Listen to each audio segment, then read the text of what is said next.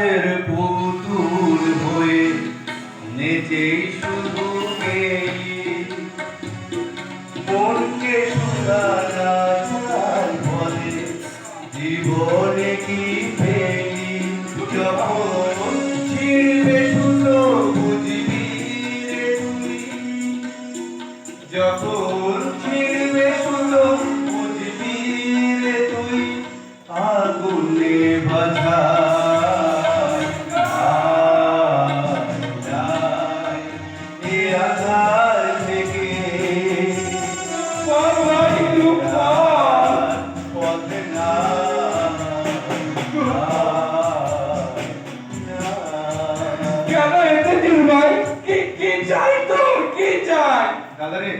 আমি তোকে এখান থেকে অন্ধকার জগৎ থেকে তোকে ফেরাতে চাই দাদা।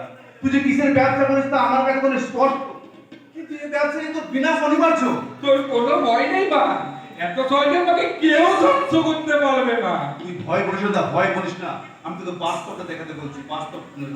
আর তুই ধ্বংসের কথা বলছিস? ধ্বংস তো শুরু হয়ে গেছে। ধ্বংস শুরু হয়ে গেছে? হ্যাঁ, ধ্বংস শুরু হয়ে গেছে। মেদিনীপুর ভাগ হলো, ধ্বংস হলো একতা। এখন প্রতিদিন হাজার হাজার নারী ধর্ষিত হয়, কিন্তু তবুও ধনঞ্জয়ের ফাঁসি হলো। যেখানে যেখানে ধ্বংস হয়েছে প্রশাসন। এখনো ঘটা করে কবি সম্মেলন হয়, কিন্তু কবিগুরু নোবেল প্রাইজটা এখনো পর্যন্ত পাওয়া গেল না। যেখানে ধ্বংস হয়েছে মনুষ্যত্ব। লাল পিঁপড়ের দল যেদিন বাচ্চার চোখ খুবলে খেয়ে নিল, সেখানে ধ্বংস হয়েছে কর্তব্য। এখন বাড়িতে টিভি সিরিয়াল দেখতে গিয়ে বাড়ির বউরা না নিজের স্বামীর পাতে নুন দিতে ভুলে যায়, সেখানে ধ্বংস হয়েছে ভালোবাসা। দাদা রে, অবৈধ সন্তান হয়ে যদি গুন্ডা হওয়া যায় না, তার দাম কিন্তু অনেক। কিন্তু বৈধ সন্তান হয়ে বেকার থাকার দাম যে কানা করিও নয় দাদা, কানা করিও নয়। তাই আমি আজ ধ্বংসের ভয় পাই না। জানিস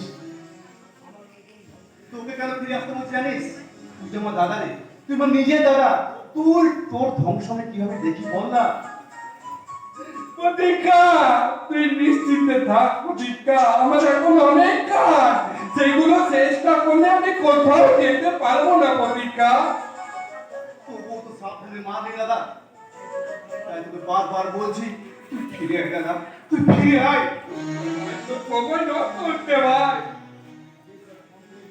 জেনে রাখ দাদা, অসৎ পথে কালিয়া কোপ্তা খাওয়া চেয়ে না সৎ পথে আলু সেদ্ধ ভাত খাওয়া কিন্তু অনেক ভাত। পৃথিবীতে একটা জিনিস জ্ঞান, যা বিধি পর্যায়ে দেওয়া নাই ভাই, কিন্তু শত চেষ্টা করলেও নেওয়া যায় না রে ভাই, নেওয়া যায় না। তুই চলে না ভাই, চলে না, চলে না। এটাই তো কি তোর শেষ সিদ্ধান্ত? তোর সময় নষ্ট হতে না, তুই চলে না। ঠিক আছে, যাচ্ছি। তোকে যাবার আগে বলে যাচ্ছি, একদিন আসবে যেদিন তুই সময় চাইবি, কিন্তু সময়টা তুই আর ফিরে পাবি না। ওরে মন পাগল তুই কেন কেঁদে মরি, পরশ পাথর বুঝতে গিয়ে পারে পারে হায়। ওরে মন পাগল, ওরে মন পাগল, ওরে মন পাগল, ওরে মন পাগল।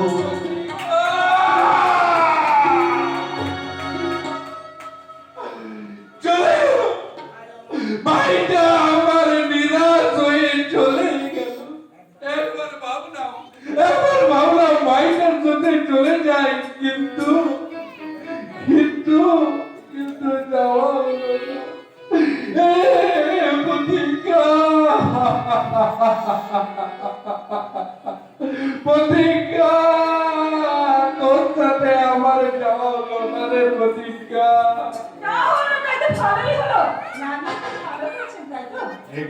তুমি এখানে? হ্যাঁ, আমি এখানে দাঁড়িয়ে আপনার ভাইয়ের কথাগুলো শুনছিলাম।